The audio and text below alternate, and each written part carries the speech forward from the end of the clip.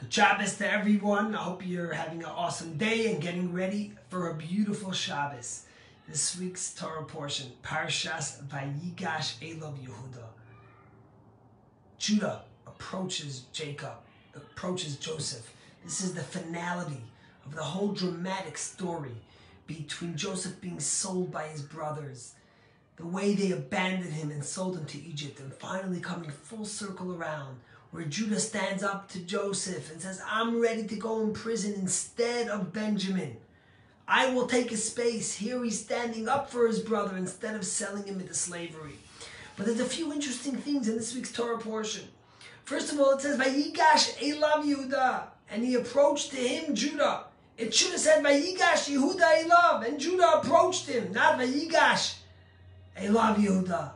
And secondly, Joseph says, come here, I am your brother, Hashem Echartem Osi, that you sold me to Egypt.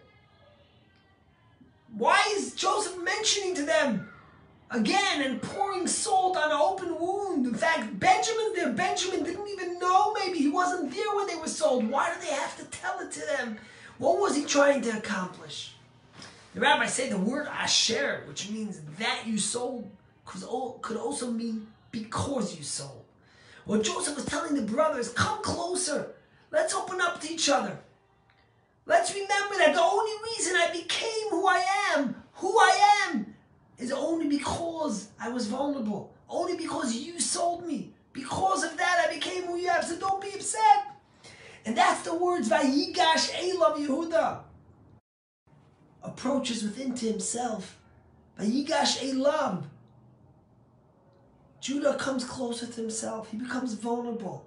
He says to Joseph, let me come close to you. Let me become vulnerable. Let me open up. Let me explain to you the situation. We have an old father we dealt with when we sold our brother. Listen in to me. Only when he becomes vulnerable does Joseph listen to him, and vice versa.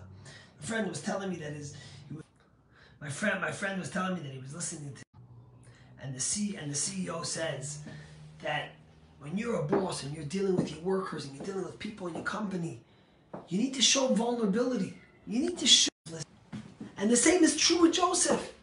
He says, Hashem Echartem Osi. He explains, as though I might be so powerful and so great, I'm only who I am because of you.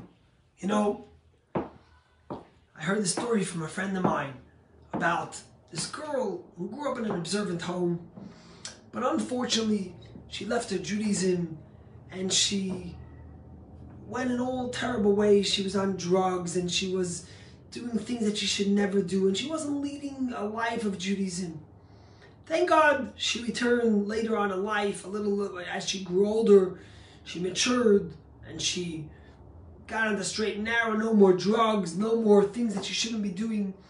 And she got engaged to a guy to get married. And before the wedding, she came to her parents and she looks at her parents and she says, you know, the night before the wedding, I want to ask you for an apology. I want to ask you, Mechila, for all the aggravation that I did, caused you guys throughout my youth, all the things that I did that caused you pain. Now that I'm getting married and that I've changed my ways, I want to ask you for forgiveness.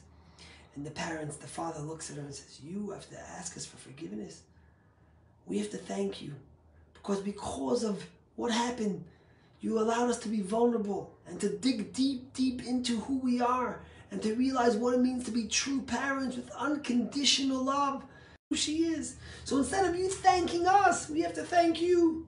Instead of you asking for forgiveness, and that's what Joseph tells the brothers.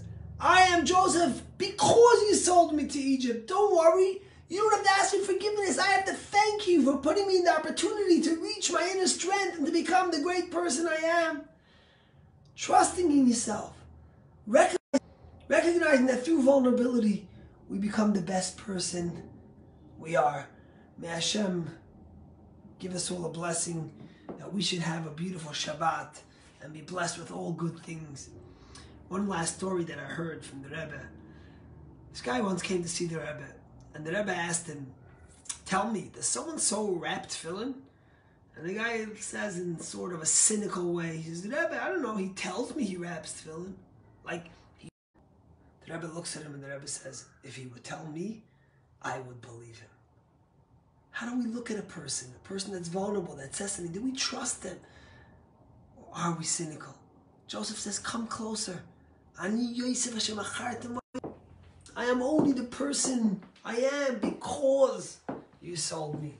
My friends, let us remember that only when Judah approaches Joseph with vulnerability does Joseph listen. And that's why we know that we take the 3 steps before the Amidah.